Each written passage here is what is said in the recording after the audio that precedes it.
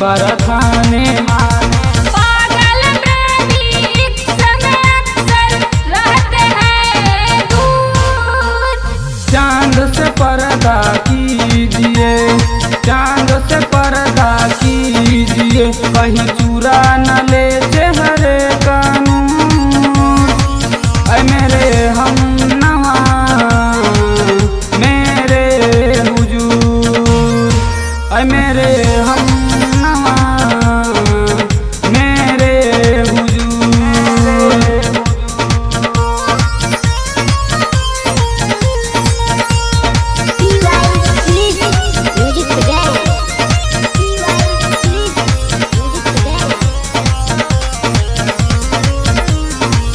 दिल में तोहरा बासम ना बाबू तू तहाय अनजाना।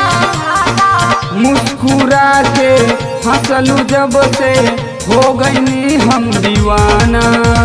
सौरभ दीपक अजय बाबू समझो ना कमजोर।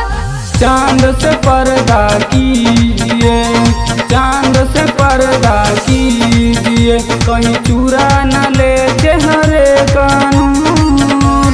ऐ मेरे हम नवा